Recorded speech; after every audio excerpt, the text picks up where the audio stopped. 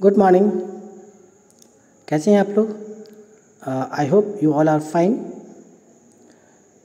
So in this video we will discuss about the atomic structure.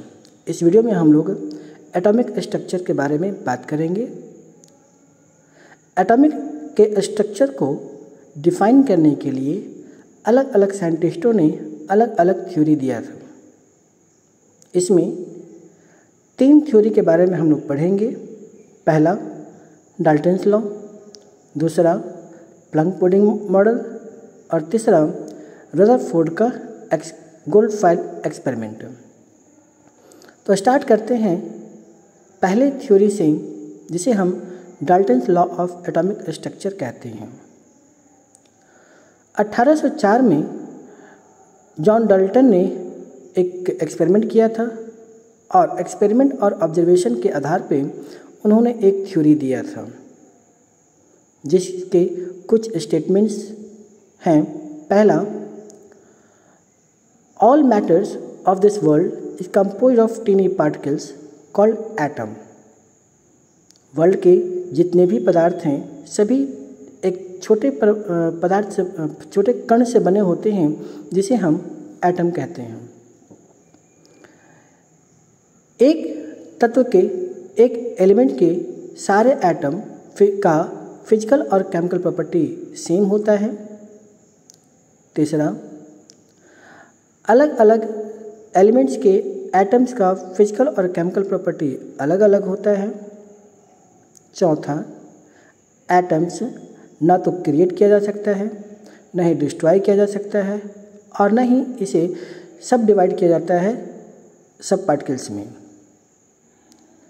The atom of different elements combine together in a whole number ratio to form chemical compound।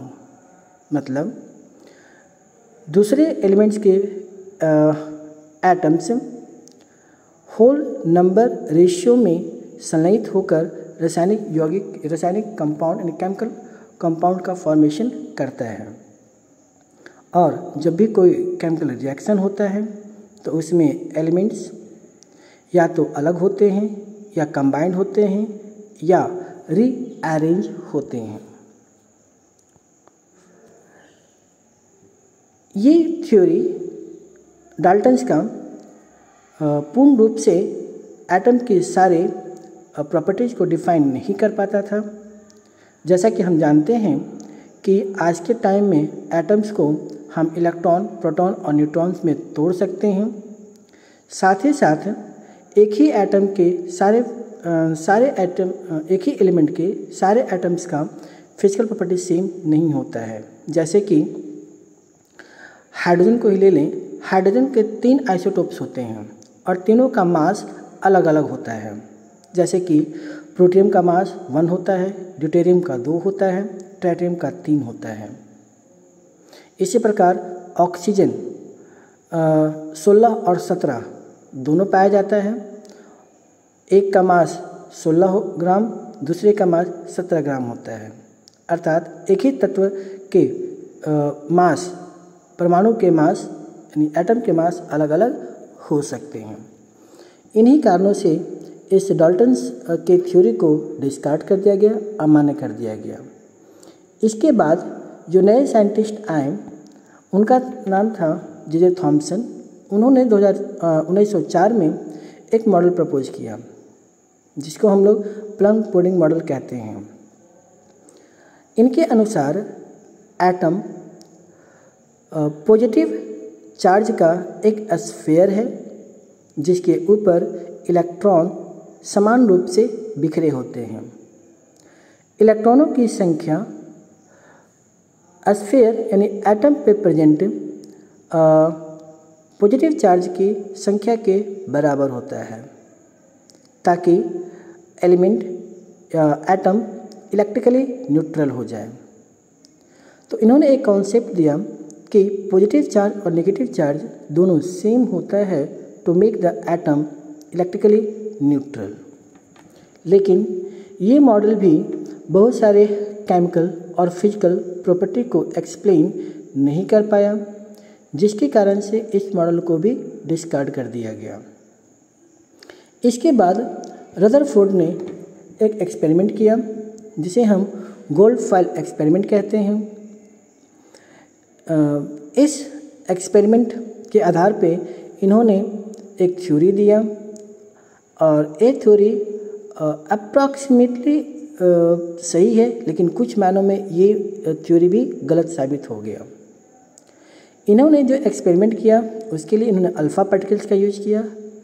Alpha particles को सोने के यानी gold के एक बहुत ही थीन layers पे पास कराया और पास करने के बाद जो रेज थे उसको जिंक सल्फेट के स्क्रीन पर ऑब्टेन किया। फिर उसका ऑब्जर्वेशन किया। ऑब्जर्वेशन करने के बाद उन्होंने पाया कि मैक्सिमम अल्फ़ा पार्टिकल, लगभग 99% अल्फ़ा पार्टिकल गोल्ड फॉयल को विदाउट डेविएशन पास कर जाते हैं।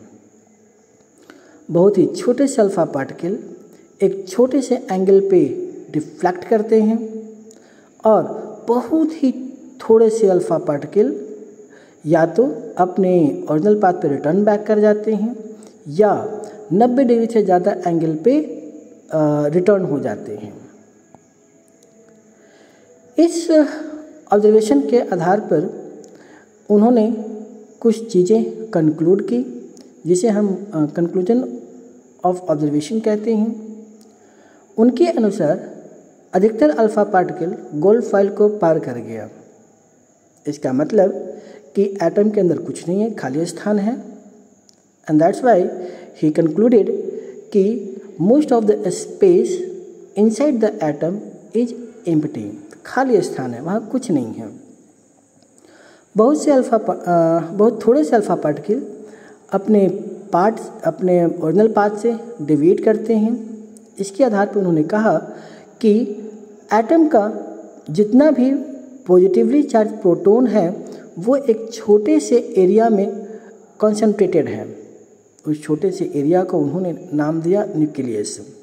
यानी न्यूक्लियस को सबसे पहले रदरफोर्ड ने ही डिफाइन किया था। तीसरा, इलेक्ट्रॉन न्यूक्लियस के चारों तरफ ऑर्बिट में घूमते रहते हैं। उन्होंने इलेक्ट्रॉन के बारे में ये कहा कि इलेक्ट्रॉन ऑर्बिट में, एक फिक्स ऑर्बिट में न्यूक्लियस के चारों तरफ घूमते रहते हैं और इलेक्ट्रॉन जो कि एक नेगेटिवली चार्ज पार्टिकल है, न्यूक्लियस जो कि एक पॉजिटिवली चार्ज पार्टिकल है, उसके चारों ओर घूमते रहता है। माफ़ कीजिएगा, यहाँ पे स्ट्रांगली पॉजिटिवली चार्ज न्यूक्लियस होना चाहिए, नेगेटिवली चार्ज लिखा गया है। अगला है drawback of Rutherford model. Rutherford ने जो मॉडल दिया था उसकी भी कुछ कमियां थीं। क्या कि जब इलेक्ट्रॉन ऑर्बिट में घूमेगा तो इलेक्ट्रॉन की ऊर्जा कम होगी। इलेक्ट्रॉन की यदि ऊर्जा कम होती है तो उसका जो पाथ है वो स्पाइरल हो जाएगा और जब इलेक्ट्रॉन स्पाइरल पाथ पे घूमेगा तो एक समय ऐसा आएगा कि वो न्यूक्लियस से टकरा जाएगा और जब इलेक्ट्रॉन न्यूक्लियस से टकराएगा तो एटम का एग्जिस्टेंस खत्म हो जाएगा, लेकिन वास्तव में ऐसा होता नहीं है। He could not explain the formation of atomic spectra, means atomic का स्पेक्ट्रा का फॉर्मेशन क्यों होता है, इसके बारे में भी रदरफोर्ड ने कुछ एक्सप्लेनेशन नहीं दिया। तीसरा, उन्होंने ये भी एक्सप्लेन नहीं किया कि हाइपरफाइन लाइंस का फॉर्मेशन क्यों होता है। राइट, तो 3 ड्रॉबैक थे रदरफोर्ड के, लेकिन फिर भी रदरफोर्ड ने जो न्यूक्लियस टर्म दिया ये बहुत ही यूजफुल था। रदरफोर्ड के मॉडल्स को फिर करेक्ट किया गया बोर्स के द्वारा। तो अगले वीडियो में हम बोर्स मॉडल्स के बारे में पढ़ेंगे। तब तक के लिए thank you, all the best.